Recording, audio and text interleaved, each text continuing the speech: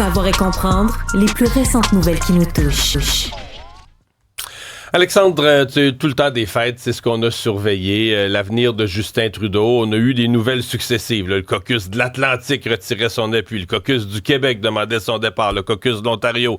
Vendredi, le Toronto Star titrait « Mark Carney est en campagne proactive auprès des députés ». Donc, on organisait sa succession. Et donc, tout le monde semble s'attendre à ce qu'aujourd'hui, au plus tard demain, il va annoncer sa démission. Oui, il y a un certain consensus lorsqu'on regroupe recoupe les informations, notamment du Globe and Mail et le Toronto Star, deux grands quotidiens anglophones, effectivement, qui affirment que M. Trudeau ne se rendra pas à ce caucus qui est prévu mercredi. Et il y a certaines sources libérales qui affirment même à ces deux quotidiens que M. Trudeau pourrait démissionner aussitôt que lundi. Alors, bien sûr qu'aujourd'hui, on garde attentivement un œil là-dessus. Et quand tu faisais référence au caucus, mettons-nous un peu en perspective au niveau des chiffres. Là. Quand on additionne le caucus de l'Atlantique, de l'Ontario et du Québec qui ne supporte plus M. Trudeau, on est à 131 députés sur 153. À un moment donné, il y a plus grand voie de passage possible pour M. Trudeau. Je faisais une analyse en fin de semaine. Ouais. Il y a t'as trois niveaux là, politiques. Les 3 P. Son parti, le Parlement, la population. Hein? Parti, Parlement, population. Parti, tu viens de le dire, fini. Dans son propre parti, on n'en veut plus. Dans la population, les sondages sont au plus bas. En fait, le Parti libéral serait quasiment rayé de la carte. Des élections avaient lieu avec les chiffres là, d'Angus Reid la semaine passée. Le Parti 16% à peu près. Le Parti libéral serait presque rayé de la carte. Et dans le Parlement, là, il a perdu depuis juste avant les fêtes, il a perdu Jack Metzing. Donc, il est 0-3. Au 0-3. Là. Il serait battu, envoyé en élection, battu au Parlement là, comme gouvernement minoritaire, envoyé en élection, plus supporté dans son parti. Fait qu'il y a même plus de radeau, il y a même plus de bateau de secours. Là. Et ce qui aurait vraiment fait pencher la balance du côté du départ éventuel de M. Trudeau, c'est qu'il démissionnerait, selon ce qu'on peut lire dans les quotidiens anglophones, parce qu'il n'aurait plus l'appui du caucus. Alors, ce serait vraiment ça, pas parce qu'il n'estime pas être la bonne personne pour diriger le parti maintenant. Est-ce qu'il va démissionner uniquement comme chef du Parti libéral ou il va aussi démissionner comme premier ministre là, instantanément?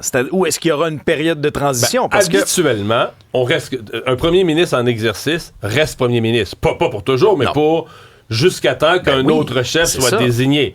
Parce que sinon, ça te fait comme 3 premiers ministres. M. Trudeau, puis il y aurait un successeur pendant quelques semaines ou quelques mois. Et l'élection. Puis ensuite, un nouveau chef. Donc, mais là, est-ce que quand tu te fais mettre dehors à ce point, est-ce qu'il pourrait être frustré puis dire, regarde, moi, à soir, je m'en vais chez nous, je suis père de famille, je suis plus responsable de rien? J'en doute. Je pense qu'il va rester comme premier ministre, mais je pourrais me tromper. Parce que c'est des circonstances. On a rarement vu quelqu'un se faire mettre dehors à ce point-là. C'est vraiment particulier ce qu'on s'apprête à vivre, maintenant. Bon, quelles sont les options devant les instances libérales? Est-ce qu'un chef sera choisi uniquement par intérim? Est-ce qu'on optera pour une courte course au leadership sur, je sais pas, 3, 4 mois peut-être? Est-ce que le Parlement, est-ce qu'il y aura prorogation? Est-ce qu'on a 4 mois, ça nous mène au mois de mai? Moi, Alexandre, parce que traditionnellement, il y a une espèce d'éthique, un fair play des partis d'opposition pour dire, si t'as plus de chef, il faut que tu te fasses une course à la chefferie. Mettons, on est en gouvernement minoritaire, on va pas renverser le gouvernement, on va pas forcer une élection en temps normal. Présentement, hiver 2025, j'en doute. Je pense que M.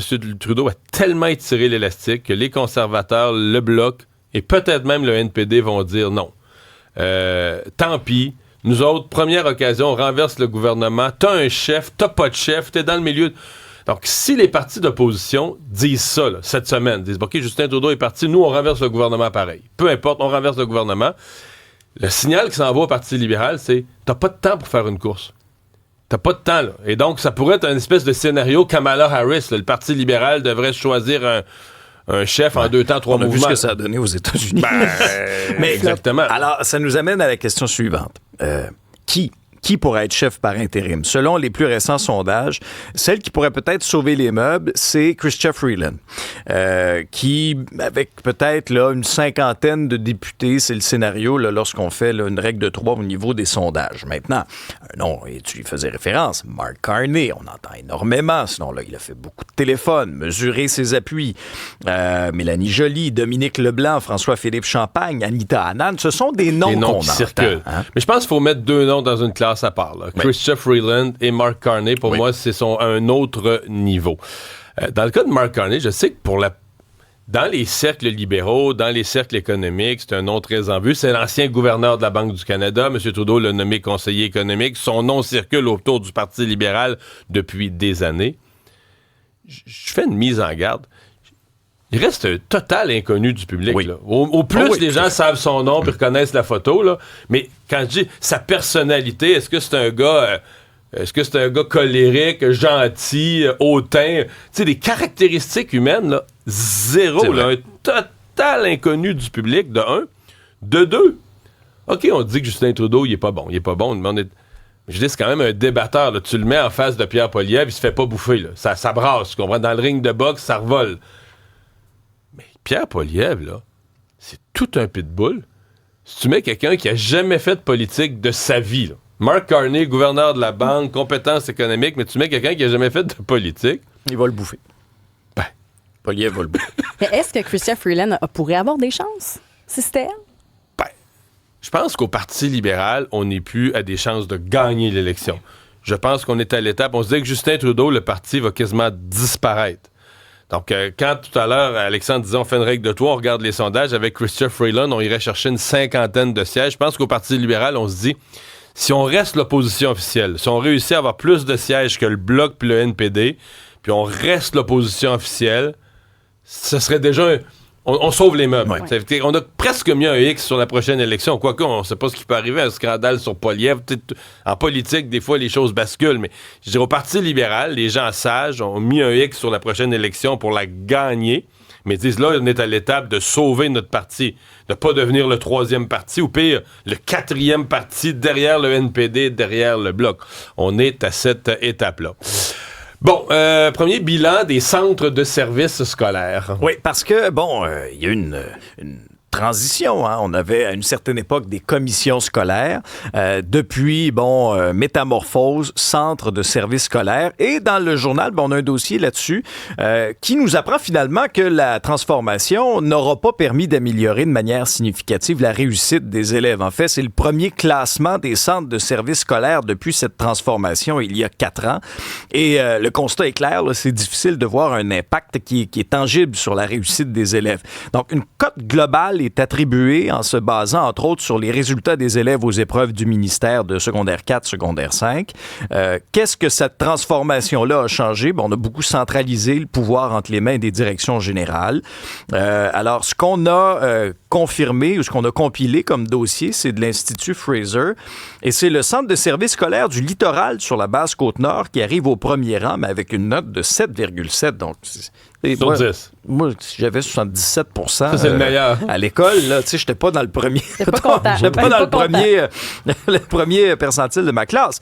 Ce centre de services scolaires des découvreurs, 6,9 %, alors que les centres de services scolaires des Laurentides et de Kamouraska, Rivière-du-Loup, sont au 3e rang avec un pointage de 6,6. Alors, le réseau public a l'impression de faire un peu du surplace. Il y a le centre des services scolaires qui sont toutefois parvenus à augmenter leurs résultats de manière significative. En Montérégie, entre autres, le centre des Hautes-Rivières, c'est la plus forte amélioration lorsqu'on regarde la moyenne des 5 dernières années. C'est une hausse de 0,7 %. C'est pas mais sur les centres de services scolaires, 2 remarques. D'abord, est-ce que ça devait...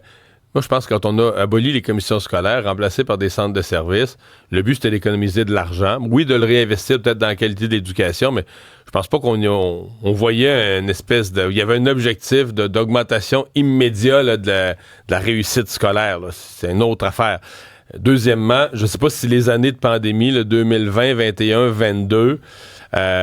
centre de services scolaires ou commission scolaire ou peu importe l'organisation scolaire, est-ce que c'est une période, disons, valable pour faire l'évaluation? Tu sais, à un moment donné, il arrive un facteur extérieur, la pandémie, tu as eu des semaines d'école à la maison, tu as un facteur extérieur tellement gros qui vient faire basculer les chiffres, donc je reste prudent avant de faire mon évaluation. Quoique moi qui ai déjà proposé l'abolition des commissions scolaires, j'imaginais une débureaucratisation plus grande. Dans le fond, ce que la CAQ a fait, Ils ont enlevé les élections scolaires, puis ils ont remplacé les commissions scolaires par des centres de services, ces mêmes bureaucrates des mêmes bureaux qui font à peu près la même affaire. On n'a pas changé tant de choses que ça. Joe Biden va être en Nouvelle-Orléans aujourd'hui. Oui, et c'est un des événements marquants, je vous dirais, du temps des fêtes, cet attentat à la Nouvelle-Orléans. Donc, Joe Biden, le président qui va se rendre sur place 6 jours après cet attentat terroriste, il sera accompagné de son épouse Jill Biden. Il rencontrera des familles endeuillées, des responsables locaux également. Rappelons que c'est un ancien militaire américain qui a foncé sur la foule avec sa camionnette dans le quartier français de la Nouvelle-Orléans. 14 personnes sont mortes, 35 autres ont été blessées. Le suspect qui a été abattu là, dans une fusillade avec la police par la suite. On ne sait pas quoi dire devant tel événement. C'est complètement fou, là, parce que le type, on a plusieurs indications qui étaient cinglé, là. Dire Versa de tous les bords, il était cinglé. Mais cette idée de foncer, comment tu fais de la prévention de quelqu'un qui fonce dans une foule avec un véhicule? Là, après ça, trouve la foule, là, des lieux, des villes, des centres-villes, des moments dans l'année où il y a bien du monde réuni, là, c'est pas tellement dur à identifier. Il ne faut pas oublier non plus aussi l'attaque au marché de Noël allemand aussi pendant le temps des fêtes. Donc, ce sont 2 événements qui auront quand même été marquants dans les dernières semaines. Ça soulève aussi, bien sûr, des questions sur les mesures de sécurité. Est-ce que, des simples clôtures, est-ce que ce sera suffisant? Est-ce qu'on devra rehausser encore une fois face à cette menace-là de gens complètement dérangés, là? Isabelle, c'était les Golden Globes hier soir. 82e cérémonie, c'est Nikki Glaser qui animait. Ça a bien été son animation. Elle a commencé la soirée en disant « Bienvenue aux Golden Globes, la plus grande soirée Ozempic ». J'ai trouvé ça très drôle. Par contre, oui, ça commençait fort. C'était cinglant, mais juste assez. Puis les présentateurs, eux autres, c'était so-so. C'est une cérémonie qui est très longue.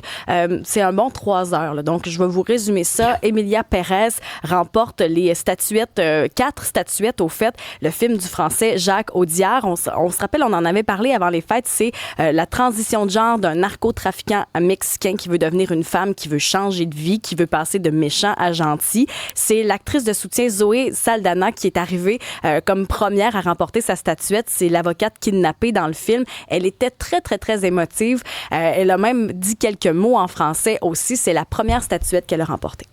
Thank you, merci beaucoup, Jacques Audiard. Thank you so much for trusting me to play Rita. You are just a character that I admire so much. You created rich and complex characters, and you're so French and so chic and confident and kind. I love it. Il est très français, c'est très chic ce qu'il fait. Le film a remporté également meilleur film en langue étrangère, meilleur film musical et meilleure chanson originale avec El Mal de Camille et Clément Ducol.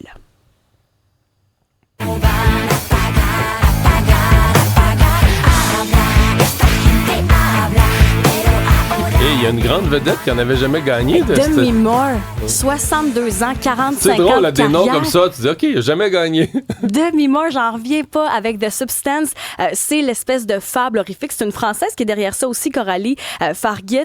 C'est le culte de la beauté, finalement. Là. Elle qui va avoir un avatar qui va prendre une substance, justement, pour rester jeune. Puis son avatar va finalement la bouffer, entre guillemets. Ça va mal se passer. Il y a vraiment beaucoup d'analogies avec le monde d'aujourd'hui, la culte de la beauté. Puis elle aussi, son discours a été bien émouvant hier parce que lorsqu'elle avait 30 ans, il y a un réalisateur qui donnait pas long feu dans sa carrière. Une série américano-japonaise aussi qui remporte 4 statuettes. Ça paraît que c'est 300 jurys de partout à travers le monde qui votent. Donc, on veut essayer de... Très international très cette année, international. Moins All-American. Oui, je trouve ça intéressant. Scénario plus original aussi.